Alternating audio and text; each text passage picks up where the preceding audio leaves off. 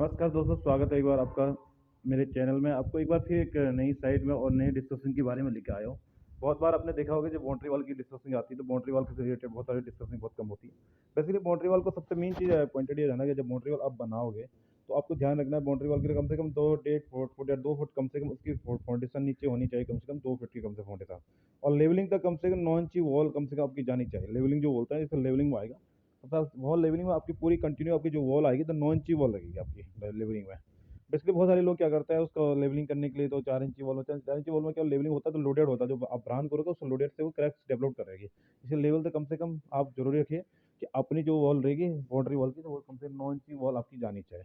और बेसिकली आपको दूसरी एक चीज़ बताना चाहता हूँ, जब भी आप बाउंड्री वॉल की ब्रिक वर्क करते हैं 4 इंची लगाते हैं, एक तो सबसे पहले आप रख लीजिए रेशियो जो होता है 1:4 का मसाला, कम से कम आप रख लीजिए उसका 1:4 का, कम से कम 1:4 का मसाला। तब जाके आपकी जो हार्ड थोड़ा सा इसमें हार्ड मसाला की ज़रूरत पड़ती है, क्योंकि डस्ट के साथ हार्ड मसाला जो बनेगा जो आपका सीमेंट रहेगा ज़्यादा हार्ड रखना बहुत ज़रूरी होता है। क्योंकि 4 इंच की वॉल लंबी कंटिन्यू जो ब्रिक वर्क जब करोगे तो कंटिन्यू इसकी वॉल नहीं लगानी है लंबी हाइटेड, कम से कम 3 फुट की जो हाइट हो जाएगी तो कम से कम छोड़ देनी है वॉल लगाना। दूसरी बात इसमें सबसे मेन चीज़ होता है, आपको दिखाना चाहते हो देख लीजिए, पिलर की बात करूँगा तो पिलर आपको कम से कम जो डिस्टेंसिंग होगी तो ज़्यादा डिस्टेंसिंग नहीं रखनी, कम से कम 10 फुट की डिस्टेंसिंग आपको कम से कम पिलर लेने हैं, इसमें 9 इंची पिलर लेना। जो सपोर्टिंग पिलर का रोज जो है आपका कॉलम्स का रोज निभाएगा। तो वैसे भी बहुत सारे लोग इस चीज़ को डिस्टेंसिंग ज़्यादा रखें तो उसमें क्या क्रैक्स डेवलप होने की कंडीशन ज़्यादा रहेगी। बेहतर काम करने के लिए सबसे मेन इंपॉर्टेंट होता है कि आप इस तरीके को फॉलो करना बहुत जरूरी होता है। दूसरी बात, इसकी हाइटेड भी आप देख लीजिए, जो हाइटेड होगी कम से कम आपको 4.5 फीट कम से कम आपकी हाइटेड होनी चाहिए। जो लेवल होता है आपके घर का जो नीचे फर्श का लेवल आएगा उससे कम से 4 फीट होना चाहिए, क्योंकि नहीं तो आपको जो विंडो होती है विंडो की हाइट विंडो से हाइट से ऊपर अगर चली जाएगी तो ये दब जाएगी, विंडो आपकी दिखना बंद हो जाएगी, जिससे कारण से मकान के व्यू भी जो एलिवेशन या फ्रंट एलिवेशन ये बोलेगी जिसको दब जाएगा। तो बेसिकली कोशिश करिए कि आप बाउंड्री वॉल को ज़्यादा ऊंचे ना उठा के उसके लेवलिंग के हिसाब से फ्रंट में तो आप देख रहे तो जो ग्राउंड में आप रोड से देखो तो रोड के सहित तो हाइटेड काफ़ी ज़्यादा हो जाती है, 6 फीट की हाइट हो गया। इन साइड से होती है हाइटेड कम को, लेकिन दूसरी चीज़ आप कभी भी काम की बात करोगे भाई, क्या बहुत बहुत सारे लोगों में बाउंड्री वॉल में कंडीशन ये देखने के मिलते हैं कि कुछ समय बाद उसका जो आपका बाउंड्री वॉल में जो आपका जैसे जैसे देख लीजिए, आपको ध्यान जाइए अपेक्स अपेक्स लगा रखा है। अपेक्स की कंडीशन में क्या होता है कि आपको जल्दी से बाउंड्री वॉल की कंडीशन में जैसे काई जमना या पानी इस पर रुकना, तो पानी अगर रुकेगा तो ये बाउंड्री वॉल को जल्दी से खराब कर लेगा। कोशिश ये करिए कि बढ़िया से बढ़िया क्वालिटी का आप इसको अपेक्स लगाइए। अपेक्स जो भी कंपनी का होगा उसको लगा के ज़्यादा बेहतर होगा कि इससे पानी नहीं जाएगा तो बाउंड्री वॉल आपकी सेफ रहेगी। बहुत सारे लोग इस कंडीशन में करते नहीं हैं, तो जैसे बाद में देखने को मिलता है बाउंड्री वॉल में जैसे आपको बहुत सारी कंडीशनें मिलती हैं, जैसे बाउंड्री वॉल पर काई लग के बाउंड्री वॉल का प्लास्टर झड़ना बहुत जल्दी हो गया, ये टाइप हो है। इसलिए कोशिश कर लीजिए कम से कम इस पर बेहतर तरह का क्वालिटी का यूजेज किए, क्वालिटी मेंटेन करोगे तो प्रॉब्लम क्रिएट नहीं होगी। दूसरी बात और एक और चीज़ बताना चाहता था, साथ साथ आपको ध्यान रखना है जो पार्किंग टाइल्स लगाओगे, जो पार्किंग में टाइल लगी या फ्लोर या जो आपका जितना भी एरिया है आपका आपका आउटेड एरिया आएगा या फ्रंट की बात करें तो टाइल हार्ड टाइल होनी बहुत ज़रूरी है। क्योंकि जब भी कोई चीज़ होती है इसमें क्या होता है स्क्रैप और गोरा होना चाहिए। दूसरी चीज़ क्या होती है कि इसमें गाड़ियाँ आती है, तो ये पोर्च एरिया में गाड़ियाँ गुड़िया भी आएगी आपकी, तो बेसिकली इस कंडीशन में आपको बहुत सारी प्रॉब्लम क्रिएट करनी पड़ेगी। और मैक्सिमम रख लीजिए आप गेट की जो चौड़ाई विड्थ बोलते हैं कि जो गेट की जो चौड़ाई रखें, कम से कम बेसिकली आपको गेट की जो चौड़ाई रखनी है मैक्सिमम रखनी है, ज़्यादा से ज़्यादा 10 या 12 फीट आपको कम से कम रखना जरूरी है। आज की गाड़ी में गाड़ियाँ लंबी और चौड़ी विड्थ में भी काफ़ी चौड़ी आ रही गाड़ियाँ आजकल, तो जरूरी होता है पोर्च भी अगर सफिशेंट होना चाहिए, गाड़ी के लिए कोई प्रॉब्लम नहीं होनी चाहिए। तो दूसरी बात क्या है कि इतनी कंडीशन होनी चाहिए कि आपके घर में दो दो गाड़ियाँ भी लग पाए। ये कंडीशन भी आपकी आज की डेट में स्ट्रीट पार्किंग की इसीलिए कॉन्सेप्ट चल रहा है।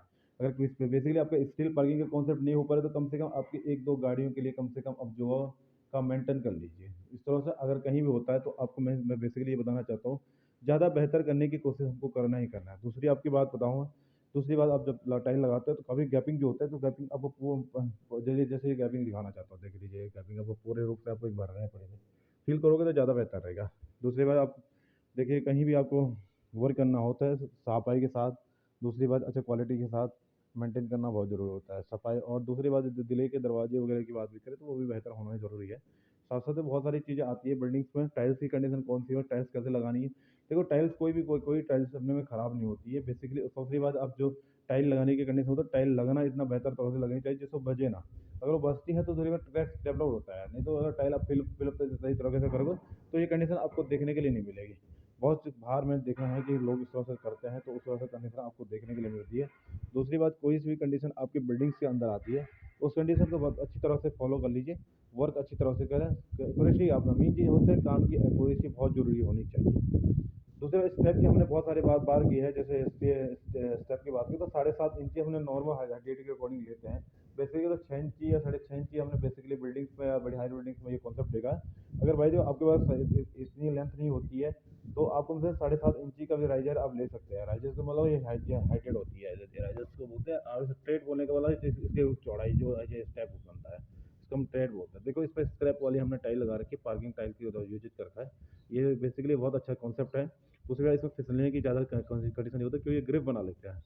तो जब बेसिकली जब स्टेयर केस की बात करें या पार्किंग एरिया में ज़्यादातर आप ग्रिप वाली टाइल्स ये या टाइल्स या कोई पत्थर भी लगाते हैं तो उस पर स्क्रैप वाला ही पत्थर लगा लीजिए। प्लेन पत्थर में क्या फिसलने का ज़्यादा डर होती है। तो कॉन्सेप्ट यह रखें कि ज़्यादा से ज़्यादा आप इस चीज़ को फॉलो कर लीजिए। हमारा कॉन्सेप्ट ये जरूरी नहीं है कि मैं आपको जब भी सेशन बनाता हूँ तो छोटे छोटे, मेरा सेशन बनाने का मूल मकसद आपसे यही है कि आप बेहतर तरह से इस पर क्वालिटी का मेंटेन कर लीजिए और काम करने की कोशिश कर लीजिए। और जब भी देखिए स्टेयर केस की बात करें तो आप स्टेयर को कंटिन्यू चढ़ाते हुए थोड़ा सा इसमें क्या कर लीजिए। देखिए मैं आपको दिखाना चाहता हूँ, यहाँ से जो स्टेप चढ़ाते हो, एक स्टेप, दो स्टेप, तीन स्टेप और चार स्टेप और पाँचवें स्टेप में हमने एक चौकी टाइप की बना दी है। थोड़ा सा इसमें रेस्टिंग पॉइंट होता है, जैसे मैं यहाँ पर स्टेप रेस्ट हो गया तो इसमें सर थोड़ा क्या होता है, पैरों को क्या होता है, आपको रिलैक्स मिलेगा। अगर आप कंटिन्यू चढ़ोगे तो आपके पैरों में दर्द होना शुरू होता है लंबे टाइम के लिए। कि अगर बिल्डिंग्स में लंबे टाइम के लिए चलना अप डाउन करना होता है जी, पैरों में प्रॉब्लम खड़ी कर लेगा। इसलिए रेस्टिंग पॉइंट होना बहुत जरूरी है। इसमें रेस्टिंग पॉइंट इंपॉर्टेंट ही रखा हुआ है। बिल्डिंग्स वर्क कोई भी कॉन्ट्रैक्टर है, ध्यान रखिए इस चीज़ का विशेष ध्यान रखिए कि आपका स्टेयर में एक रेस्टिंग पॉइंट होना या लैंडिंग होना चाहिए। लैंडिंग के एरिया में क्या होता है कि आप एक रेस्टिंग पॉइंट, वो पॉइंटेड आपका रेस्टिंग पॉइंट हो जाएगा। जैसे आपको स्टेप चलने में ज़्यादा दिक्कत नहीं होगी, चाहे किसी का पैर में घुटनों में दर्द होता है, उस बंदे के लिए ज़्यादा पॉइंटेड रहता है कि ज़्यादा बेहतर तरह से वो चल पाएगा। दूसरी चीज़ देख लीजिए, स्टेप में हमने स्टेप वाली टाइल लगा रखी है, चढ़ने में कोई आसानी होगी। और देख लीजिए कम से कम आपका 10 इंची आपको परफेक्ट स्ट्रेट करके जो ट्रेड होना चाहिए बेसिकली। इसकी देखो यहाँ से लेकर कम से कम 10 इंची आपका कंप्लीटली होना जरूरी है, 10 या 1 फीट होना बहुत जरूरी है। बहुत सारी, क्योंकि इसमें पैर पूरा पड़ना बहुत ज़रूरी होता है। अगर पूरा नहीं तो गिरने के चांसेस ज़्यादा रहेगी। तो इससे बेसिकली है कि आप इस तरह से अपने स्टेप को बेहतर तरह से बनाएं। दूसरी चीज़, बहुत सारी बार हम कॉन्सेप्ट करते हैं कि जैसे मतलब कि आपका छत की बात करते हैं। जैसे जैसे देख लीजिए अभी छत हमने जो बनाई थी, इसके बाद इसमें अभी सफाई सफाई करने के बाद तो डैम प्रूफ होगा। सबसे पहले चेक कर लीजिए कि पानी पूरी तरह से आपका नीचे निकल रहा है नहीं निकल रहा है। ये कंडीशन पहले चेक करनी है। उसके बाद देन आफ्टर आपको क्या करना है, इसमें डैम प्रूफ करना है। डैम प्रूफ की कंडीशन जैसे पहुंचेगी तो आप बेहतर आप कंडीशन में पहुंच जाओगे। बहुत सारे काम होते हैं बिल्डिंग्स में जो आप अधूरे रह जाते हैं। और जब ये काम अधूरे रहते हैं तो आप बहुत सारी प्रॉब्लम क्रिएट होती है। और रेलिंग से लेकर स्टील से लेकर जो भी क्वालिटी के साथ वर्क कर लीजिए। और बिल्डिंग सब भी बनती है। देख लीजिए इसमें 2 एंट्री है। एक बार यहाँ पर एक दूसरी एंट्री दिखाना चाहता हूँ। ये देख लीजिए बैक बालकनी है यहाँ पर। ये बालकनी बेसिकली आप व्यू देखने के लिए, आप सिटिंग एरिया भी है, आप बालकनी एरिया भी, जैसे आपको इसको यूज करना चाहो बेसिकली आप इसको बेहतर तरह से यूज कर सकते हो। सपोर्टिंग एरिया देखा, पिलर देखा, यहाँ से सपोर्ट करते हुए इसको बिल्कुल सही तरीके से मैनेज किया हुआ है। साथ ही हमने इसमें सेटिंग मोटरी वाल पूरी तरह से कम्प्लीटली लगा रखी है, जैसे किसी का गिरने की इजाज़त ना हो, बेहतर तरीके से। वर्क एफिशिएंसी से ज़्यादा इंपॉर्टेंस दी है कि वर्क आप बेहतर तरह से करिए। क्योंकि वर्क अगर अच्छे तरह से नहीं होता है तो बिल्डिंग्स पर क्रैक्स अपलोड होते हैं, बहुत सारी प्रॉब्लम्स आती है और नुकसान की कंडीशन में रहता है। तो बहुत अच्छी तरह से स्टील आपको बेहतर देना है। नीचे सरिया का रोल बहुत बड़ा इंपॉर्टेंस दिए। सरिया अच्छी तरह से लगता है, बिल्डिंग अच्छी डेवलप होती है, अच्छी क्रिएट होती है, अच्छा मकान व्यूअर आता है, अच्छा फील होता है। हमारी कोशिश ये रहती है कि जब अब काम की कंडीशन हो तो बेहतर बेहतर हो। वर्क करो अच्छी तरह से, मैनेज करो बिल्डिंग्स को अच्छी तरह से, वो होना बहुत ज़रूरी है। मेरे कहने का मतलब ये है कि देखिए आप एक नॉर्मल सी बिल्डिंग की भी बात करें, हायर बिल्डिंग की बात करें, जैसी भी आपके कंडीशन में जाने की चाहोगे तो उस कंडीशन में आपको बेहतर से बेहतर देखिए भाई, मैं व्यू दिखाना चाहता हूँ। इस तरह से आपको व्यू, इस तरह से ये टाइलें आपको इस तरह से दिखेगी इसमें बिल्डिंग्स में। ये पूरे इसमें जो देखो, जैसे इस तरह से स्टेयर में चढ़ने के लिए स्पेशली हमने इस वाले एरिया पर आपकी स्क्रैप वाली जो पार्किंग वाली टाइलें से यूज कर रखी है। जो टाइलें आपकी बेसिकली इसके जो है इसमें जो से फिसलन ना लगे। और दूसरी साइड में हमने देख लिया प्लेन एरिया में जो फर्श और फ्लोर एरिया में देखो, और दूसरी टाइलें अपने यूज कर रखी है।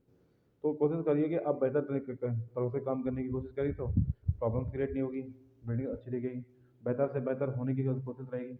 और कोशिश करिए कि अच्छा आप व्यू दे पाएँ बिल्डिंग्स को। धन्यवाद।